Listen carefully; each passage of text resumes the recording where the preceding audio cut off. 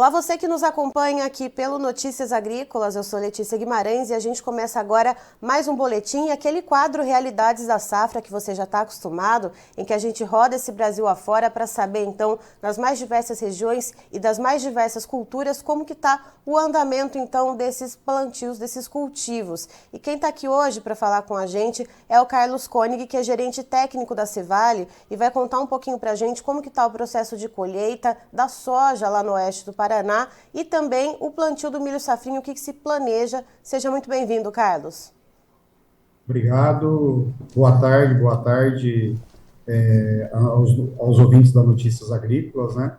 E agora o momento de colheita vai para a fase final, aí praticamente se encerrando as colheitas da cultura da soja. Carlos, pegando a região oeste aí do Paraná, a região da Cevale, quantos por cento a gente já tem de área colhida, né? Você falou que já está no finalzinho.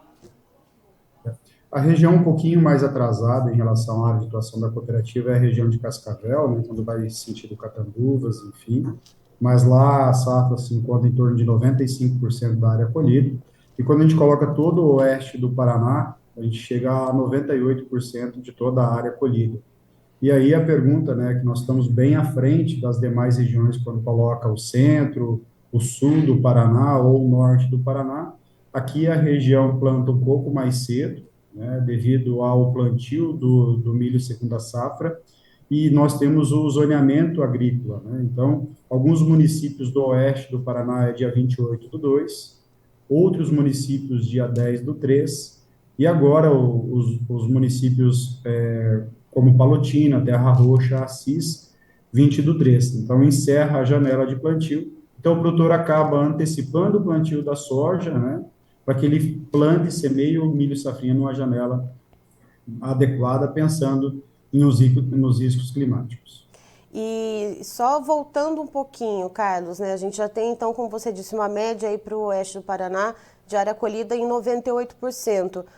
Essa colheita, ela está atrasada, ela está dentro do cronograma? O que tem acontecido durante esse trabalho de colheita? Nós tivemos um atraso em relação a essa colheita, né? O ciclo da cultura da soja ele se alongou em torno de 10 a 15 dias devido às temperaturas mais baixas no mês de novembro e dezembro, né? E depois, no momento da colheita, no início de fevereiro, dentro de meados de março, o acúmulo, o excesso de chuva também acabou atrapalhando o processo de colheita, né? Isso trouxe algumas dificuldades com relação à qualidade de grãos, em algumas lavouras de forma pontuais, aonde que os grãos avariados e ardidos, né, acabaram aumentando devido ao produtor ter feito os manejos de dessecação, visando antecipar a colheita da soja para o plantio de milho safrinha.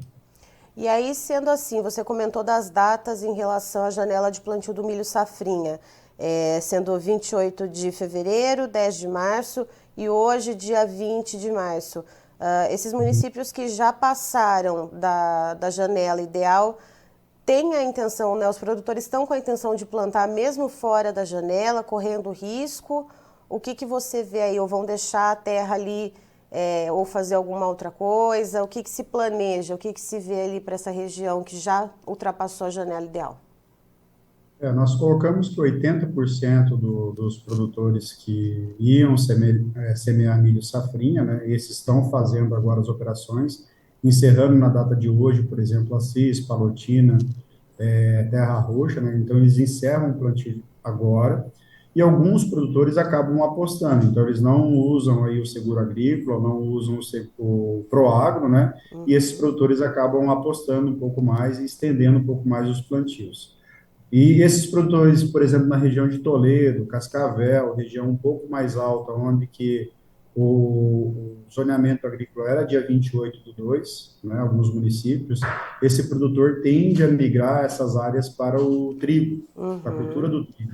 E o trigo, quando a gente coloca aqui em termos de sistema de produção, é uma cultura que, dentro da rotação de cultura, é bastante importante, né, que a gente consegue trazer uma rentabilidade relativamente boa para o produtor, além, né, da rotação de cultura ser importante para o manejo de pragas, manejo de plantas daninhas, também manejo de doenças. Então, parte desses produtores nessas regiões de transições, regiões mais altas, né, que estavam planejando o plantio de milho safrinha, ele tende a migrar para a cultura do trigo, e até que quando você faz a viabilidade da cultura do trigo, ela realmente, esse ano, ela está bastante atrativa. Quando você coloca a relação de troca de sacas de trigo versus o custo de produção, ele está bem atrativo. Por falar em pragas e doenças, Carlos, durante o decorrer, então, do desenvolvimento da soja aí no oeste do Paraná, teve alguma pressão por pragas e doenças? Como é que foi a questão do manejo em relação a isso? O produtor conseguiu contornar algum problema que tenha havido? Esse ano foi um ano mais tranquilo quando você coloca a questão, principalmente no oeste do Paraná, quando você fala em termos de doença, né? Nós tivemos temperatura um pouco mais baixa e as umidades relativas não tão propícias para o desenvolvimento de doença. Então, o produtor fez um bom manejo de fungicida, né? E um bom controle, principalmente pensando em percevejo. Quando a gente coloca a área de atuação da cooperativa, que nós também estamos situados mais ao norte do Paraná e a região central do Paraná, nessas regiões nós tivemos um problema muito sério com relação à ferrugem. Então, o produtor acabou não conseguindo entrar no time certo para fazer os manejos adequados, e quando, devido ao excesso de chuva, e quando ele ia entrar, como o tratamento de fungicida principalmente é preventivo, né, nós não temos um tratamento curativo, já tinha as perdas ali já consolidadas. Então, nós tivemos um problema um pouco maior quando falamos em doença e pragas na região norte e centro do Paraná, por causa do excesso de chuva, porém, o oeste do Paraná nós não tivemos grandes problemas em relação a isso. E Carlos, pensando nessa soja, né, que já foi colhida, como é que está o processo de negociação? Teve algum tipo de contrato antecipado realizado pelos produtores ou não? Um produtor um pouco mais É. ressabiado, quando olha, né, para os últimos acontecimentos, deu uma segurada aí no produto? Historicamente, foi um dos anos que a gente acabou negociando menos contrato futuro, né? Muitos produtores com receio em relação ao clima, né? Porque o ano passado, alguns produtores fizeram um contrato e aí eles tiveram que fazer equalização de preço. E esse ano, os produtores acabaram sendo um pouco mais cautelosos em relação ao contrato futuro. Então, o produtor fixou muito poucos contratos futuros. E nesse momento ele se encontra bastante retraído em relação aos negócios, né? Aguardando esses preços darem uma reagida, porém, nós tivemos aí uma boa safra, né? E o Brasil deve aí bater a expectativa inicial da Conab de produção de soja. Apesar que a região oeste foi afetada com relação à seca em dezembro, então a média produtiva na região oeste ela deve ficar em torno de 50 a 54 sacos por hectare. Porém, quando a gente coloca a região dentro do Paraná, principalmente o norte e o centro do Paraná, nós temos aí relatos de produtividade de 100, 103, 104 sacos por hectare e uma média produtiva, né, tendendo a ficar aí na casa dos 60, 65 sacos por hectare dentro do Paraná, que é uma média, quando a gente coloca em média a nível de estado, muito boa. E Carlos, já que não está acontecendo, né, que não aconteceram esses contratos antecipados, então o produtor ele está vendendo aos poucos no mercado físico e qual que é a média de preço que ele está fazendo?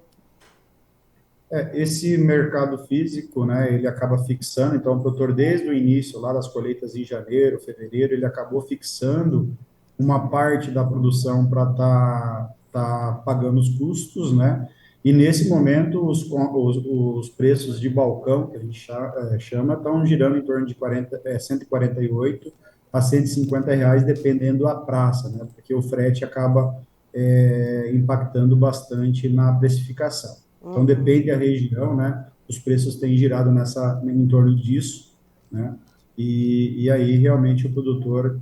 nós iniciamos lá contrato futuro a 177, 178 reais, e nesse momento aí os contratos e o mercado físico em torno de 148, 149 reais aí a saca.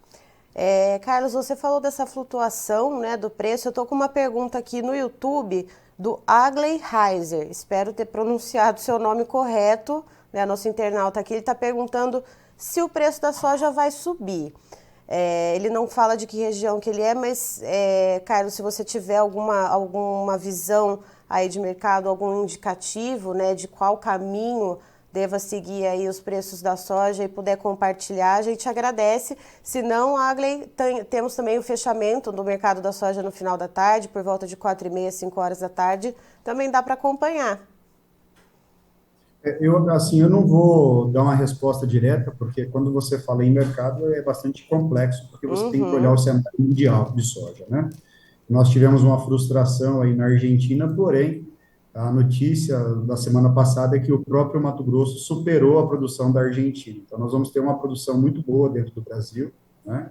E isso, com certeza, a gente coloca aí, geralmente nós colocávamos 120, 122 milhões de toneladas no mercado mundial, e o Brasil esse ano vai passar das 150 milhões de toneladas no mercado mundial, né? Agora, o produtor, na minha concepção, ele precisa olhar sempre a relação de troca. Quantos sacos de soja ele precisa para produzir 1 hectare de soja? Essa relação é muito importante. Então, se o produtor usar a relação para fixar o custo de produção e o restante ele apostar, esse é o caminho mais correto, porque ele faz o hedge natural, e essa é uma ferramenta que o produtor tem e ele deve usar. Quando eu olho a relação de troca hoje no soja, no milho e no trigo, a relação de troca ela está muito favorável.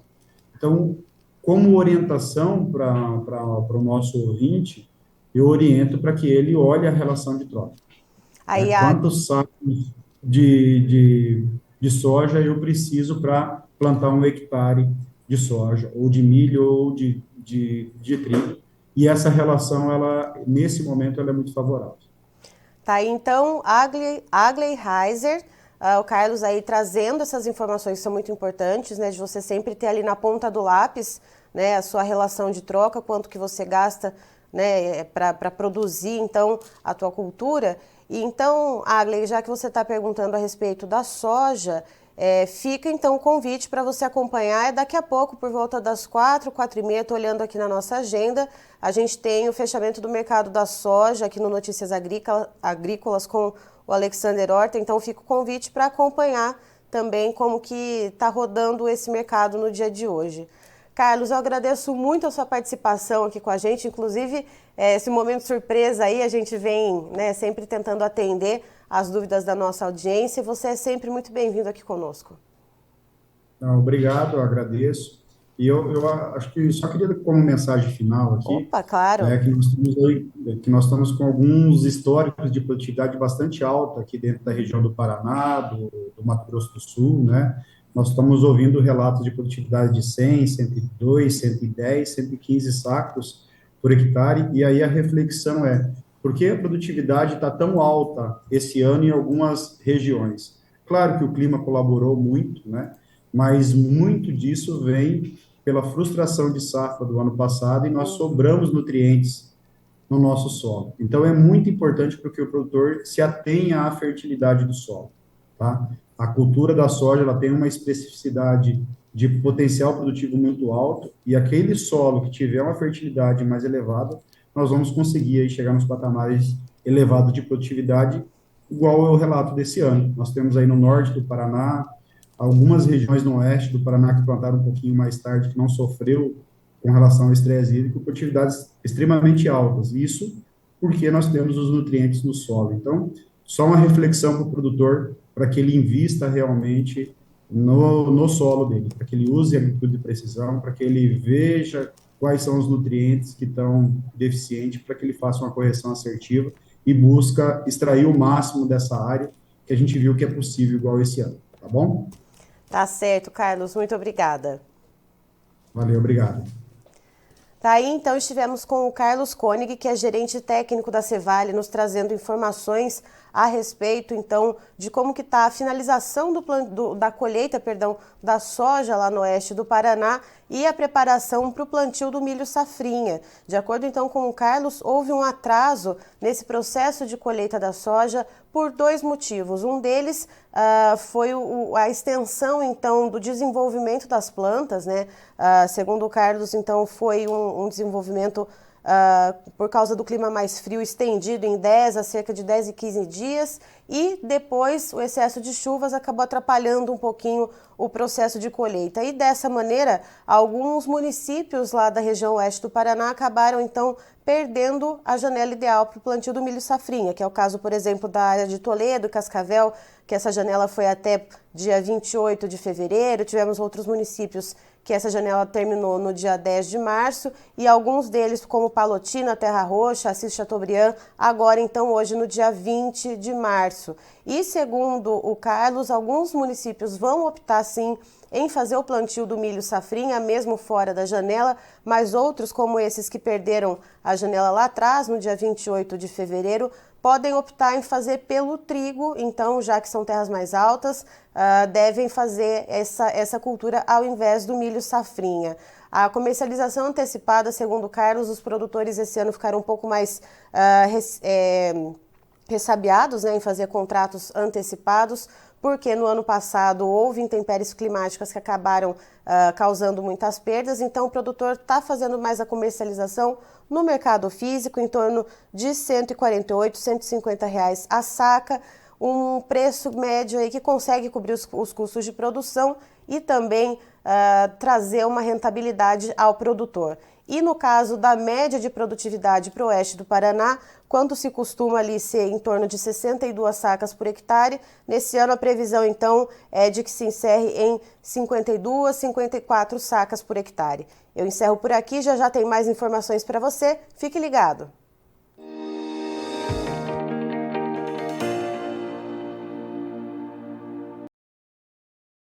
Participe das nossas mídias sociais, no Facebook, Notícias Agrícolas, no Instagram, @Notícias Agrícolas e em nosso Twitter, @Noteagri. E para assistir todos os vídeos, se inscreva no YouTube, na Twitch, no Notícias Agrícolas Oficial.